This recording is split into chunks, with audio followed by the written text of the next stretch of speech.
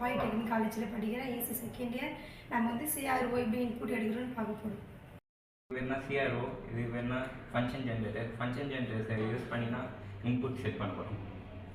இது சிஆர்ஓ, இது channel 1 channel 2, இது ஃபங்க்ஷன் ஜெனரேட்டர். இது அவுட்புட் மட்டும் கனெக்ட் பண்ணணும். இதில் நம்ம ரெண்டுத்தில் சேனல் 1 சேனல் 2 இது ரெண்டுத்தில் எது வேணால் கனெக்ட் பண்ணிக்கலாம். சேனல் 1ஐயும் அவுட்புட்டையும் க்ரோபில் கனெக்ட் பண்ணணும். க்ரோபில் வந்து பிளாக்காக இருக்கும், ரெட்டையாக இருக்கும். பிளாக்கும் கனெக்ட் பண்ணிக்கணும், ரெட்டும் கனெக்ட் பண்ணிக்கணும். சிஆர்ஓவில் 2 பின் தான் மெயின். இது ஆம்ப்ளிடியூட், இது டைம். ஃபங்க்ஷன் ஜெனரேட்டர் இதுதான் ஃப்ரீக்வன்சி. இதில் நம்ம என்ன வேல்யூ வேணுமோ அதை ப்ரெஸ் பண்ணி நம்ம வச்சுக்கலாம். இதுதான் இன்புட் சிக்னல்ஸு. இதில் மொத்தம் 3 சிக்னல்ஸ் இருக்குது. நம்மளுக்கு எது வேணுமோ அதை ப்ரெஸ் பண்ணி வச்சுக்கலாம். இதுதான் சைனு, இது ட்ரையாங்கிள், இது ஸ்கொயரு. சிஆர்ஓவே ஃபங்க்ஷன் ஜெனரேட்டர் செட் பண்ணியாச்சு. ஃப்ரீக்வன்சி இதில் செட் பண்ணியாச்சு. இப்போ நம்ம இன்புட் சிக்னல் பார்க்கலாம். சிஆர்ஓவில் இந்த பின்னையும் எஃப்ஜியில் இந்த பின்னையும் ஆன் பண்ணால் நம்மளுக்கு செட் பண்ண வேவ் ஃபார்ம் வந்துடும். இப்போது டைம் பீரியடு எங்கே இருக்குதுன்னு பார்க்க போகிறோம். பாயிண்ட் 2ல் இருக்குது. என்னென்ன தான் சிஆர்ஓவையும் ஃபங்க்ஷன் ஜெனரேட்டர் வச்சு இன்புட் சிக்னல் செட் பண்ணுறோம்.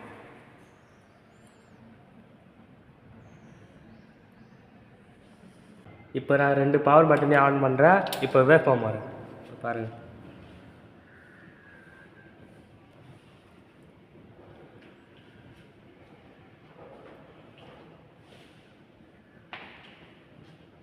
இப்போ நான் சைன் வேவ் ஃபார்மில் குத்த உடனே சைன் வேவ் ஃபார்மில் வருது. இப்போ நான் ட்ரையாங்கிளில் குத்த உடனே ட்ரையாங்கிள் வேவ் ஃபார்ம் வருது. இப்போ நான் ஸ்கொயரில் கொடுக்குறேன், ஸ்கொயரில் வருது. இந்த 3 பின்னில் நம்மளுக்கு எந்த வேவ் ஃபார்ம் வேணுமோ அது கொடுத்தா வந்துடும். இப்போ வேவ் ஃபார்ம் வந்து கொடுத்தாச்சு. இப்போ வேவ் ஃபார்ம் அட்ஜஸ்ட் பண்ணுறதுக்கு 2 பின் இருக்குது. Vertical, horizontal. இப்போ பாருங்கள்,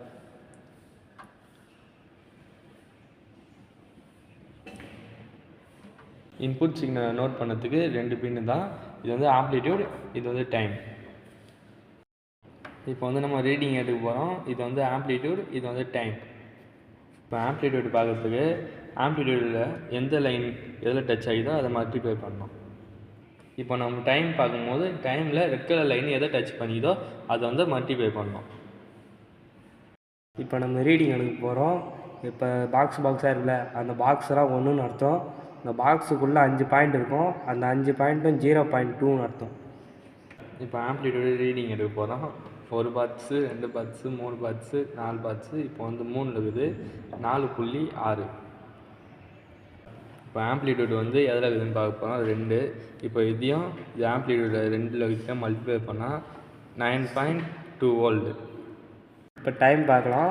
1 பாக்ஸு, 2 பாக்ஸு, 3 பாக்ஸு, 4 பாக்ஸு, ஒரு லைனில் இருக்குது. 4.2 4.2 into 0.2 0.84 ms.